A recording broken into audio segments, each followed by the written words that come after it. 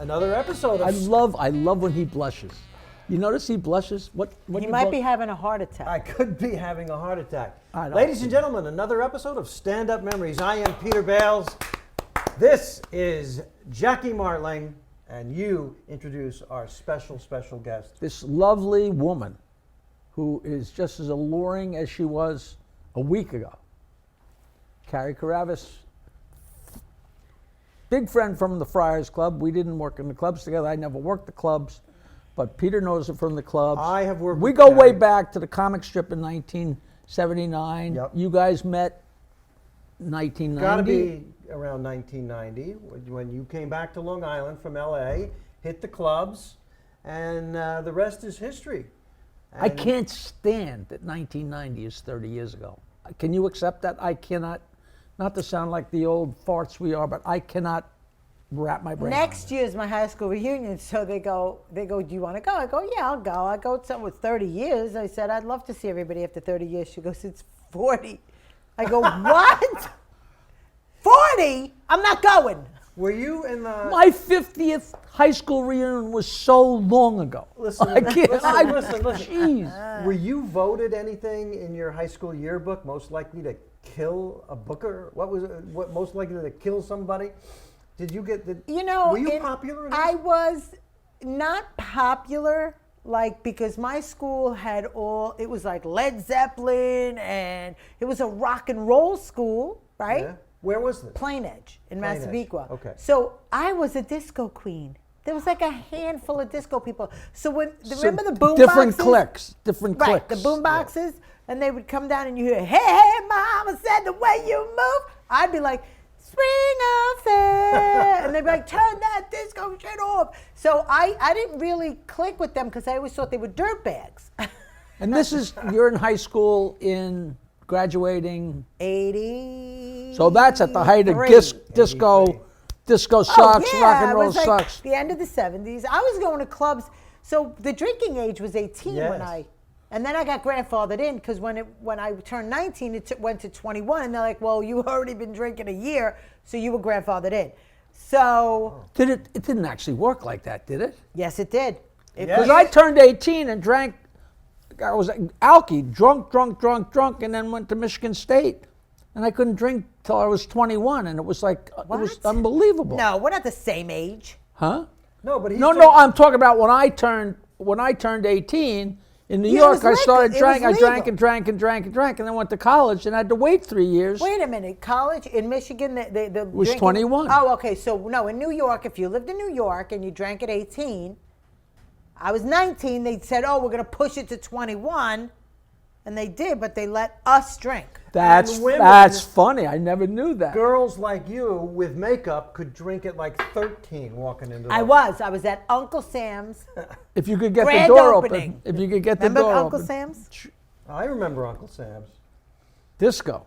Disco. But I don't know if I ever even went in there. But don't imply to the audience that when you got to Michigan State, you stopped drinking.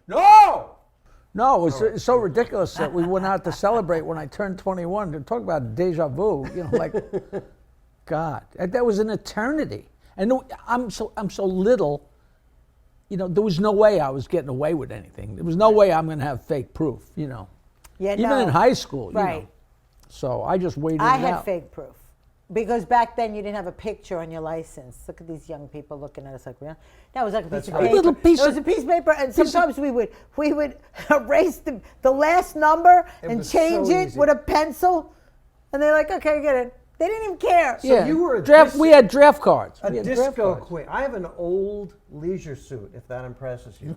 I do. Remember those? No. No, I had a ponytail. Thank God. I'll tell you.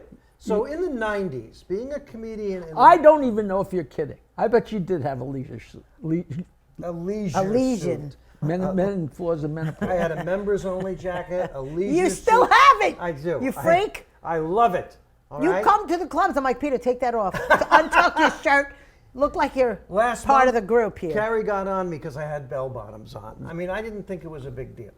But listen. I went through the entire 70s with a ponytail, from beginning to end, ponytail. First year of comedy, I had a ponytail. I remember. And then, one day I'm like, they decide before you even get to the microphone whether or not they like you. And you lost half the audience. They see the ponytail. It's just like, Like, you freak. You freak. But you became a comedian. You came of age as a comedian in the 90s. How are the 90s different for comedy than now? Okay, the comedy scene was every night of the week. There was Yep. another club, Yep. another bar. People went out. People spent money. Everybody drank and drove. And it was still new. It People was- had fun. People wanted to meet people in real time instead of over their phone and over Right. some swipe and left crap. I mean, in order to see a man's penis, you had to meet him first. There was no texting penis. You know what's crazy is talking like this, we sound like antiques. Like meeting people in person, I mean, I picking wish somebody I up at a bar. I wish I would have gotten a couple of pics beforehand. I would have been like, well, I'm not wasting any more time on this. You know. However, it's okay to have stand-up memories. That's what this show is about. Oh, But I know, and you talk about in your act, how people today drive you crazy. Okay? Political Back then, it was a correctness. violent. So back then, if you remember back in the day when you were working every night of the week, Every night. the crowds were different. The crowds would yell at you. It was a lot of heckling going on back Yeah. then. There is no heckling now. Nobody speaks to you. People don't want to talk to you. Back then, you had guys like Mulrooney that would destroy a crowd. You had guys and they would like, invite it. yes, like what was his name? Oh my God, he was the greatest. He was a black comic in L.A. Harris. Ralph Harris? Ralph Harris would kill the crowd, and it was Right. back and forth, back and forth, back and forth. So you had top guys that did this, and then like crowds loved it. They were like, you know. But it who wasn't sta- vicious. you know It who was. started that? But you made fun of people, and they were okay Right. with it. Now, God, they get upset. You know, you got to Belzer give back at the Catch. money. You got to give back the Right. money. You know Right. who was terrific at that? Joe Piscopo was terrific at that. Oh, I never at saw the him work. Improv. He was a great host, Joe Piscopo. I can still see Belzer saying, "That's a nice tie, guy. You couldn't guess your weight, huh?" That still resonates in my head. Belzer originated a lot of the lines that today you cringe and go, that's stock. You know, run around the room and make it sound like a crowd. Belzer That was originated- brilliant. That's a brilliant line. line. He's And- the one who originated. Right. David Letterman said that in his opening shot on Carson. I couldn't believe it. He said, did a joke and it didn't get a big laugh. He said, "You want to run around and make it sound like everybody's there?" I couldn't believe it. Sound like Yeah, the but whole the room was laughing. audience doesn't Well- know it's stock. The audience doesn't know it's stock, Right. but comedians do. I'm sorry, go ahead.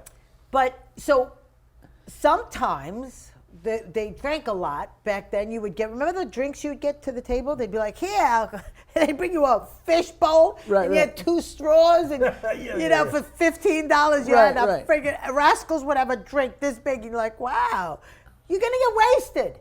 You're gonna yell, someone's throwing up in the club. So, and that's how you guys, met girls. But so I am absolutely getting nostalgic listening to this. I am. I'm not even making it up. right, and then you would fight back, and sometimes it would go sour, and there would be somebody jumping on stage It to would try turn- to beat it the would shit out turn. of Jeff Zabrowski. It would Right. turn. because Jeff was vicious. Jeff and- Zabrowski probably brought that on. yes, another time The only thing amazing about somebody coming on stage and attacking Jeff Zabrowski is it wasn't one of the other comedians. It wasn't one of the other comedians, it's correct. Now, Wait. go ahead.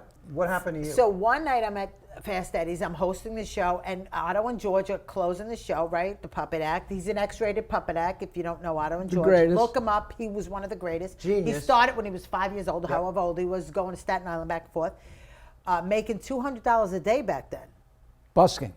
Now this puppet, you felt like it was real. I mean, this thing was, so he'd be talking and the puppet would be like, where the fuck are you going? Like he was a vicious, he would see everything in the room, Otto. He was so brilliant. And then the puppet was such a nasty little demonic, crappy thing. And then he was like off stage, he'd be like, hi Carie, how are you? Yeah. Like two different people. He's got the puppet going, and all of a sudden I'm back there and I go, uh-oh, we're gonna have an issue. I get up. This girl goes to lunge at him, and I dove in and I pushed her back, and it was a brawl, and the boyfriend got up, and Otto was like, he got off stage, the show was over. You know, You see, it was like, I was there, but I saw most of it from under a table. Carie dove in. I dive in. Really? I dove in one time to save George Gallo. Oh, really? So we're at Concomitant George Comedy Gallo Club. that These used to write fights for at the comedy Daily clubs News, are that guy? rare. I swear, they're rare. But Carie brings this kind of thing. I wasn't afraid. I was a tough guy. So one night, the crowd is making fun of this one lady with her son and all her kids, like 19 kids. So every comic would go up and bash her. So Gallo goes up and he says something, but nothing major. And the kid stands up and goes, "Shut the fuck up!" And Gallo's like, I'm He making was like fun. the straw that broke the camel's back. He was type the thing. straw that. So I immediately started running, and Gallo was filming the set. So we have this on film. The guy gets up and flips Gallo to the ground, and I jumped up and I pushed the guy off of him. I'm like, where are all the comedians? And then finally, after 10 minutes of the brawl on the stage, everybody showed up. I gotta ask you, does this tape exist? Yes, it does. It does. Oh, we're gonna play it on here? Well, I have to talk to George Gallo to see if he actually still has. I'm pretty sure he I've still heard has about this, and the video is famous for the it. camera was just And running. now everyone's fighting on stage, and Gallo's on the floor, and you see him, and he was one of the funniest improv comics. He was like what's He's his amazing. name? He was so crazy, and he's like, hey, help, and he's on the floor, but he's doing all this and we're watching the tape. I go, look at Gallo, and he's on the floor making jokes, Trying and to keep we're going. getting our asses kicked, Oh, and he's like, that's- yeah, help.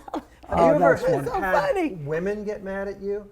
The other women get mad at you, or sometimes challenge you, or is it always the guys? I always got the women on my side. Okay, you do. That's true. I always got the women on my side because they were my they were my Yeah, but I mean, you actually jump into these fights. That's an interesting. Well, I did. I don't know anymore. I'll break a hip now. Get the hell out of here. You're on your own if you want to piss somebody.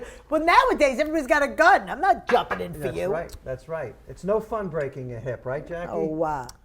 I might break a hip just answering your question. Coughing. Crazy. Now, Did you ever do Otto and George's talk show? No, but I did his roast. I put it together for him. yeah, but he wasn't in. What was going on? Otto and George, legendary ventriloquist, who was the comedian's comedian. You really Not should to Google. get confused with Vince Daytona and George. Vince Dantona and George. It was PG another- and rated X. Right. But Otto was weird at that roast, wasn't he? He had to pee. Uh-huh. So he was very uncomfortable, and when he walked in, he thought it was a gig. I think you Oh, might have said at that roast, Otto, don't worry, you're still getting the $75. Because it was a surprise. It was It was a great He roast. was truly, truly amazing. You know, when he was really struggling, because he was really dealing with a heavy, heavy drug thing, but still going out and killing, I really wanted to do a documentary on him because I thought doing a documentary on him might get him famous or more famous or at least more whatever. And it might save his life because he's backstage and he's a mess and he's just a depressed, crazy drug addict and then going through the curtain and destroying. And I'm thinking the A-B of that would be the greatest documentary in the world. And I finally talked to him because he finally got to the point where I saw him at the brokerage. He said, what happened in the documentary? I'm like, well, I've been chasing you around. He said, no, I really want to do it. So I was actually supposed to meet him in the city for lunch. And that was the day that he went on Opie and Anthony. And I don't know whether he left George the puppet in the suitcase in the car or didn't have it with him. And for 45 minutes, Opie and Anthony couldn't stop making fun of him because he couldn't do what he does without the puppet. And he was his alter got ego. so pissed off that he just went home and blew off our lunch. So that was, I was like, because he was so undependable. But he started getting recognition as he, people started see other comics that make it. Will say, oh my God, this guy was my idol, and they're bringing, Right. Like Don Gavin, who Yeah. is one of my favorite comedians in the world. Great comedian from Boston. Oh my God. Don Gavin, I used to work, every time I did Vegas, Gavin was the headliner, and he was drinking Black Russians. By the third show, he would do his act and forget the punchline. He wouldn't finish the joke. And then he's like, they sucked. I'm like, Gavin, you didn't finish any of your punchlines. Now, You is would this the stop. Tropicana Yes. you're working? One night, I'm downstairs gambling on a slot machine, and I know I have 15 minutes left because Gavin's up, and he's closing, and he gets off, and then, whatever at this time. So 10 minutes in, I go, let me go up. I go up, and the whole showroom's coming out, and I'm like, I'm the MC. I'm supposed to close out the show.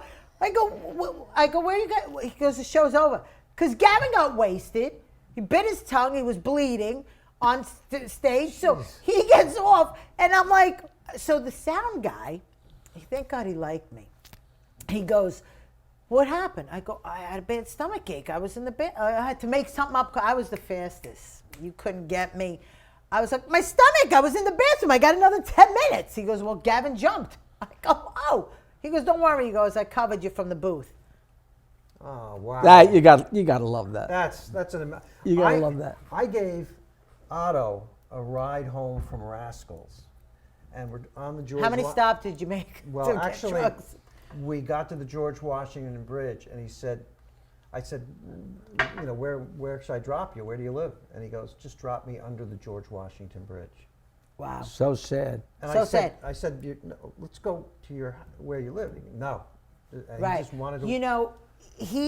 One night I picked him up. I'm driving, and he goes, we're just going to make a quick stop, okay, Carie? I go, okay, Otto, no problem. Where do you want to stop? Fort, what's that road in the Harlem? Not Harlem. Oh, my God, Jerome Avenue in the Bronx. In the Bronx. We pull up to this shady building. He goes, I'll just be right out, Carie. I go, you're not going to leave me here alone, are you? I go, seriously? Otto, how long? He goes, I'll be right out, Carie. Carie leaves. I'm like, I'm going to get killed. This guy, I'm going to kill him. Gilbert Gottfried, God rest his soul, him and Well, Frank. you didn't say God rest his soul for Otto. He died too. God rest his soul too. Okay, thanks. They're going like flies. I'm not sure Bales is going to make it through this. But that's mean. so So Gilbert mean. and Frank interviewed everybody. Gilbert's podcast is, if not one of the best showbiz things. And I was up at Live Nation talking to Ron Delsner, who's a booking agent who's booked everything for the last 50 years. And we start talking, and he's talking about how he used to book Lenny Bruce a million years ago. And he said, and I drive me, say, I got to stop and say hello to my cousin. Or I got to stop and the bell went off in his head that he was stopping so Lenny could go in and cop heroin. And I said, you got to be on Gilbert's podcast. And he went on Gilbert's podcast because that's the whole show business from the other end. That's a guy, a rock and roll booker booking a comedian. And it was classic, just so different. But my God, I remember dropping Bob Woods off at a park bench. See, people are It was a nice bench. People are under the impression that it's fun to hang out with comedians. It's really not. It can be. It can be, but comedians who are the same on stage that they are off, that's a problem. You need to settle down somewhat when you're off stage. Yeah, Rich Walker. No, I'm just kidding. Rich Walker is a comedy. Whereas some of us have to Long pick Island. it up a little bit. That's right. Peter. No, but what I'm saying to you is, so people will say to me all the time, I want to can you hang out with us? And I'm like, you wouldn't want to hang out with me during the day. There's nothing funny coming out of my mouth during the day. Right. The only thing I'm doing is bitching, moaning, and complaining all day. So you don't want to hang out with this person. But they don't realize, like, most comedians are depressed. Most comedians have mental issues. But A lot of even comedians are without- on the spectrum. Even if you're just normal, you're just normal. It's got nothing to do with that job, crazy right, person. So right. I remember when I first started doing comedy, and I had a girlfriend, and we go out to a dinner party, and I'd always be, I'd drink and get crazy at the dinner party, which is the same as going on stage. Right. And I remember one night we were at this dinner party with a few friends, and we're laughing it up, and this guy's wife said to my girlfriend, boy, that must be so great being be Jackie's with him. girlfriend. And she said, take him for a week. I can still hear her saying, take him for, because they get the Right. this Ask my side. husband how Yeah. much fun I am. This side. Ask my husband. I will. I will. Hey, On the next show. that's the perfect lead-in. She knows what she's doing. Next week. I'm a This has been pro. She is a pro, Carie Karavas. I'm a pro. And next week we're going to be bringing on the show her husband Sam. And maybe the tape of the brawl. The brawl. Yeah, maybe the tape of the brawl if I can to get interrupt- Gallo. I didn't mean to interrupt his introduction. We're going to bring Sam out here, and he's going to explain how he survives living with Carie Karavas when she's off stage and being a regular human being. Regular. Yeah, let's not exaggerate here. So thank you, Carie. You've been a terrific guest. And when are we having your girlfriend? My girlfriend or my wife? Your wife? That's awkward. Yeah. No, it's All not. right. Who can keep track? We want the girlfriend, and then the following week you'll bring your wife. Oh my goodness. What's the Italian word for the girl? Gumara. I can't even say it. I can't believe when I finally saw how that's spelled. It's not spelled anything like it sounds, right? No. So next week on Stand-Up Memories, bring your Gumara. I Peter, tried. come on. You can't go to Gumara. paid escort a Gumara. And we're going to have Carie Karavas and her husband Sam and have more fun. So thank you, Jackie Martling. Thank you, Carie Karavas. This has been you. Stand-Up Memories, right? Thank guys? you, Muppets. Tell your friends. Tell your Cheers. enemies. That was a pretty good episode. A new episode every Wednesday with me, Peter Bales, Jackie the Joke Man Martling, comedians, interesting people. Leave a comment. We'll get. What am I saying? I don't know. We're gonna get back to you. We will respond to your comment. StandUpMemories.com. If you go there, it shows all the different All platforms. Spotify. We're on everything. Every Wednesday. Stand Up Memories. Every Wednesday. A new episode.